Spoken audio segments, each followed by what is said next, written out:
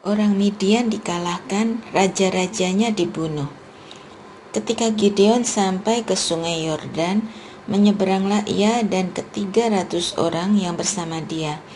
Meskipun sudah lelah, mereka terus mengejar.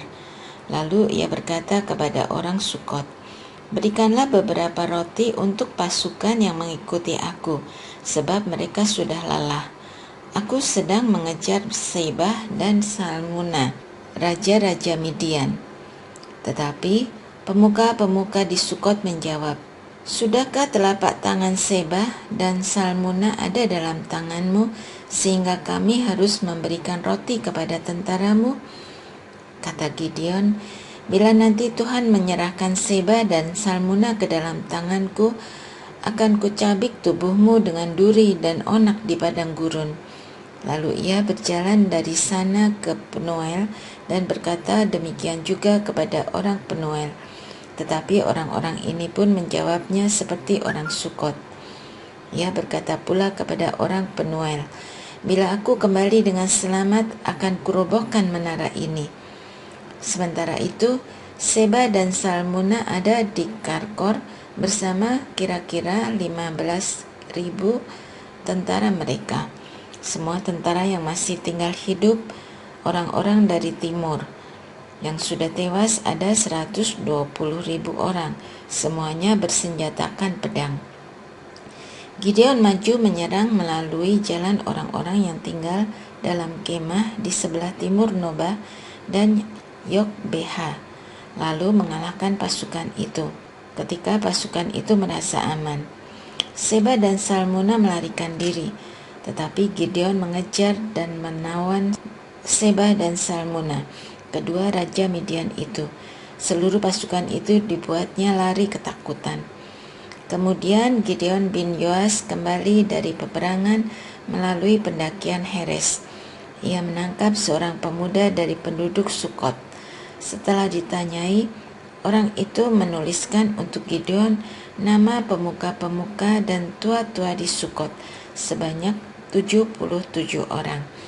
Gideon pergi menemui orang-orang Sukot dan berkata, "Inilah Seba dan Salmuna, karena mereka kamu telah mencela aku dengan berkata, 'Sudahkah telapak tangan Seba dan Salmuna itu ada dalam tanganmu, sehingga kami harus memberikan roti kepada orang-orangmu yang lelah itu?' Ia mengambil tua-tua kota itu, juga duri padang gurun dan onak. Lalu dengan itulah ia menghajar orang-orang Sukot. Juga menara Penuel dirobohkannya dan orang-orang kota itu dibunuhnya. Kemudian ia bertanya kepada Sebah dan Salmuna, 'Seperti apa orang-orang yang telah kamu bunuh di Tabor itu?' Jawab mereka, 'Orang-orang itu seperti engkau, masing-masing kelihatan seperti anak raja.' Lalu kata Gideon, 'Mereka saudara-saudaraku, anak-anak ibuku. Demi Tuhan yang hidup, seandainya kamu membiarkan mereka hidup, aku tidak akan membunuh kamu.' Katanya kepada Yeter anak sulungnya, 'Majulah, bunuhlah mereka.'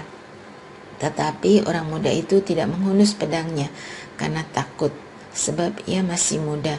Lalu kata Seba dan Salmuna, 'Majulah, engkau saja yang membunuh kami, sebab seperti orangnya, demikian juga kekuatannya.'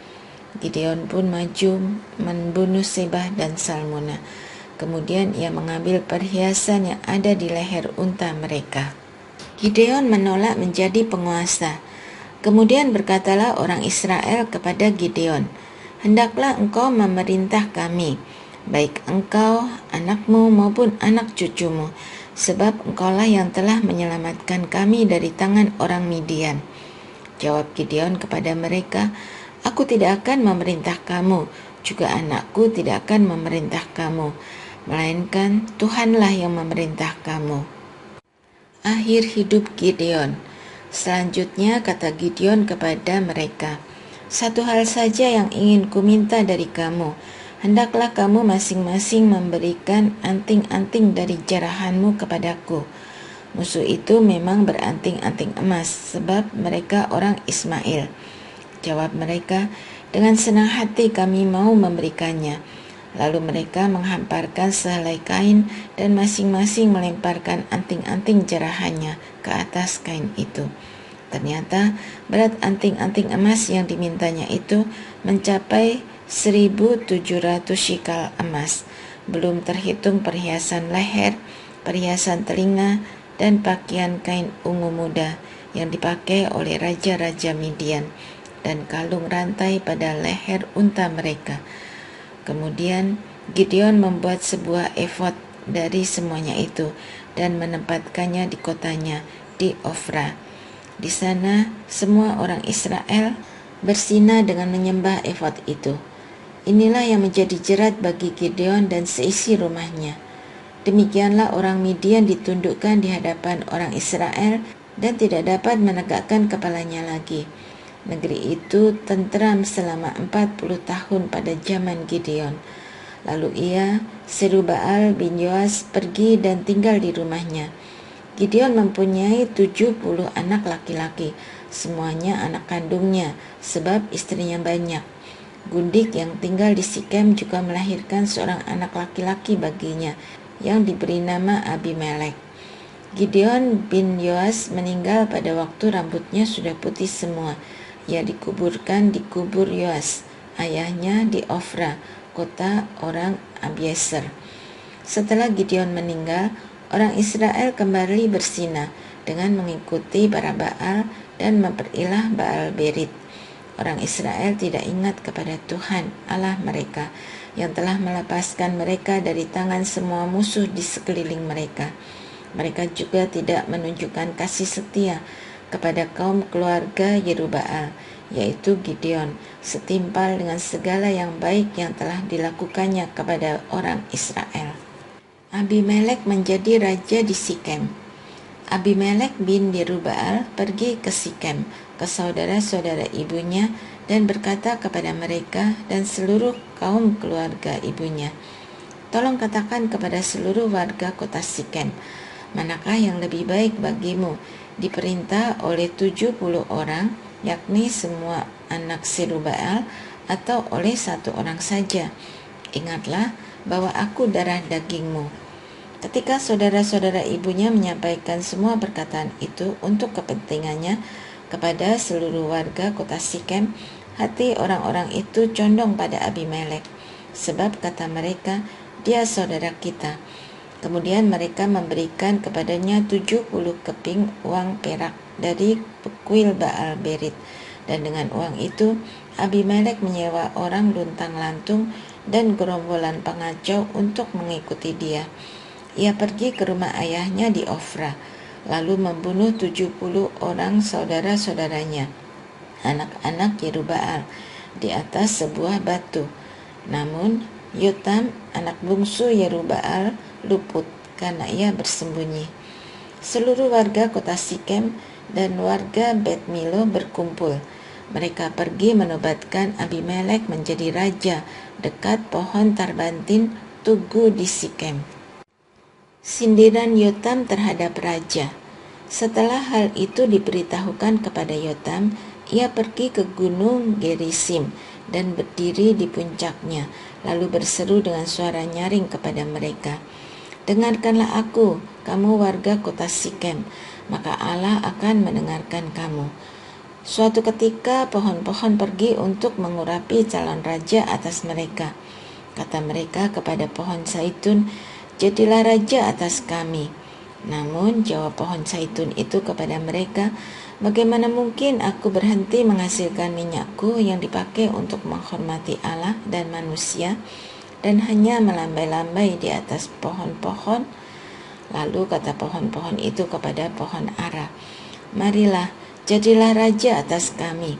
Tetapi jawab pohon ara itu kepada mereka, 'Bagaimana mungkin aku berhenti menghasilkan rasa manis dan buah-buahku yang baik, dan hanya melambai-lambai di atas pohon-pohon?' Lalu kata pohon-pohon itu kepada pokok anggur, 'Marilah, jadilah raja atas kami.' Tetapi jawab pokok anggur itu kepada mereka, 'Bagaimana mungkin aku berhenti menghasilkan air buah anggurku yang menyukakan hati Allah dan manusia, dan hanya melambai-lambai di atas pohon-pohon?' Lalu kata semua pohon itu kepada semak duri, "Marilah, jadilah raja atas kami." Jawab semak duri itu kepada pohon-pohon itu, "Jika kamu sungguh-sungguh mau mengurapi aku menjadi raja atas kamu, datanglah berlindung di bawah naunganku. Namun jika tidak, biarlah api keluar dari semak duri dan memakan habis pohon-pohon aras Libanon. Sekarang, benarkah kamu berlaku setia dan tulus ikhlas dengan mengangkat Abimelek menjadi raja? Benarkah kamu berbuat baik kepada Yerubbaal dan kaum keluarganya, serta membalas kepadanya setimpal dengan jasanya? Bukankah ayahku telah berperang membela kamu dan mempertaruhkan nyawanya ketika ia melepaskan kamu dari tangan orang Midian?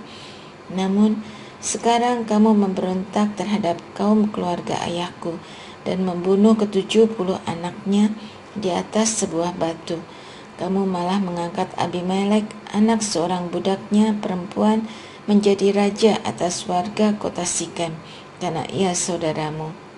Jadi, jika pada hari ini kamu berlaku setia dan tulus ikhlas kepada Yerubbaal dan kaum keluarganya, biarlah kamu bersukacita atas Abimelek, dan biarlah ia bersukacita atas kamu.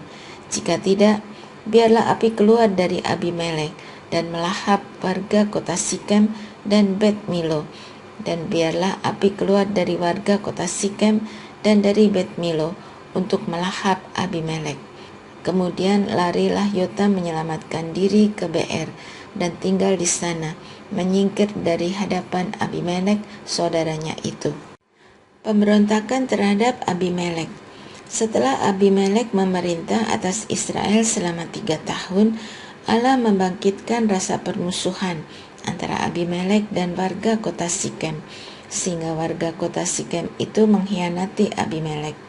Dengan demikian, kekerasan terhadap ke-70 anak Yerubbaal terbalaskan dan darah mereka ditimpakan kepada Abimelek, saudara mereka yang telah membunuh mereka, dan kepada warga kota Sikem yang membantu dia membunuh saudara-saudaranya itu. Warga kota Sikem itu menempatkan orang untuk mengadang dia di puncak pegunungan dan merampok setiap orang yang melewati mereka di jalan itu. Hal itu diberitahukan kepada Abimelek. Sementara itu, datanglah Gaal bin Ebed dan saudara-saudaranya pindah ke kota Sikem. Warga kota Sikem percaya kepadanya. Mereka pergi ke ladang untuk mengumpulkan hasil kebun anggur mereka, mengiriknya, dan mengadakan pesta panen. Mereka pergi ke kuil ilah mereka, lalu makan dan minum sambil mengutuki Abimelek. Berkatalah Gaal bin Ebed, "Siapa itu Abimelek dan siapa kita orang Sikem, sampai-sampai kita menjadi hambanya? Bukankah anak Serubbaal itu dan Sebal wakilnya pernah menjadi hamba orang-orang Hemor, ayah Sikem? Mengapa kita harus menjadi hambanya? Sekiranya orang-orang kota ini ada di dalam tanganku, akan kuenyahkan Abimelek." Lalu ia menantang Abimelek, katanya, "Perbanyaklah tentaramu, majulah." Ketika Sebul, penguasa kota itu, mendengar perkataan Gaal bin Ebed, bangkitlah amarahnya. Ia mengirim utusan kepada Abimelek di Arumah dengan pesan, "Gaal bin Ebed dan saudara-saudaranya telah datang di Sikem, dan ketahuilah, mereka menghasut penduduk kota itu melawanmu.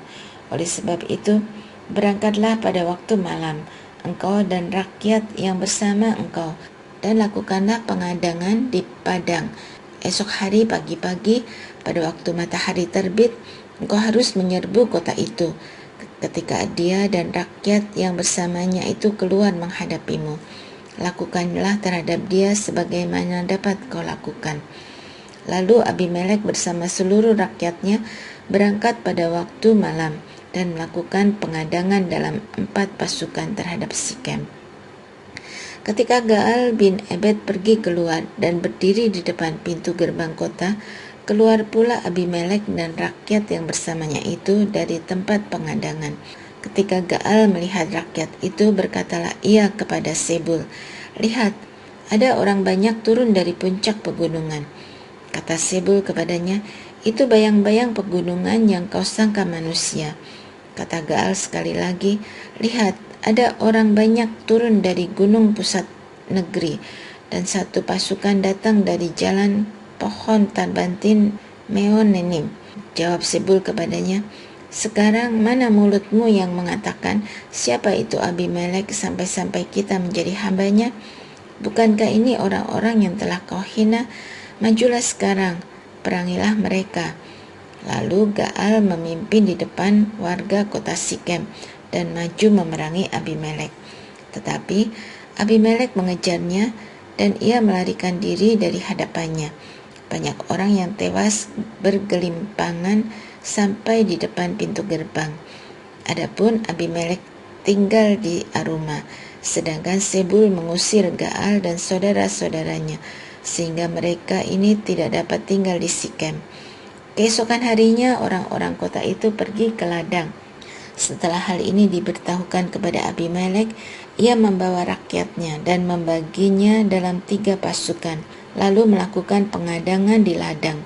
Ketika ia melihat orang-orang itu keluar dari kota, ia maju menyerang dan menewaskan mereka.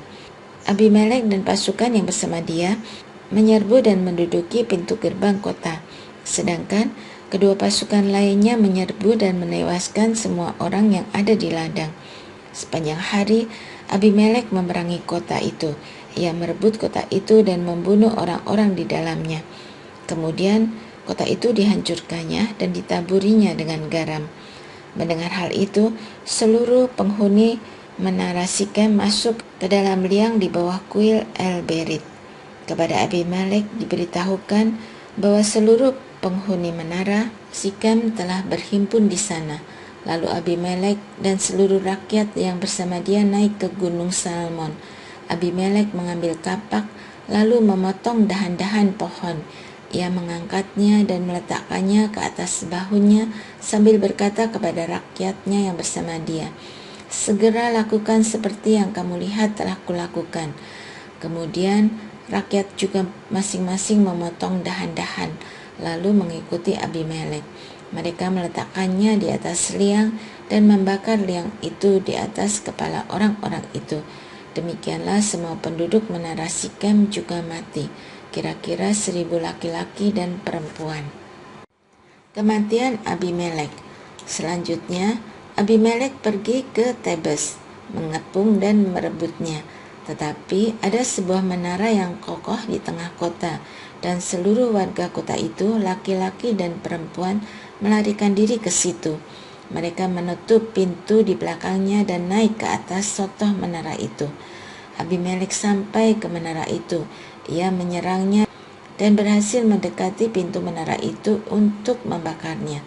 Namun, seorang perempuan melemparkan sebongkoh batu kilangan ke kepala Abimelek dan memecahkan batok kepalanya.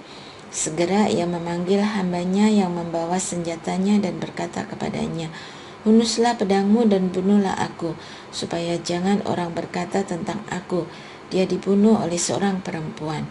Lalu hambanya menikam dia hingga mati. Setelah orang Israel melihat bahwa Abimelek telah mati, mereka kembali ke tempat masing-masing. Demikianlah Allah membalas kejahatan yang dilakukan oleh Abimelek terhadap ayahnya, yaitu pembunuhan atas ke-70 saudaranya. Juga segala kejahatan orang Sikem ditimpakan Allah atas kepala mereka sendiri. Demikianlah kutuk Yotam bin Yerubaal menimpa mereka.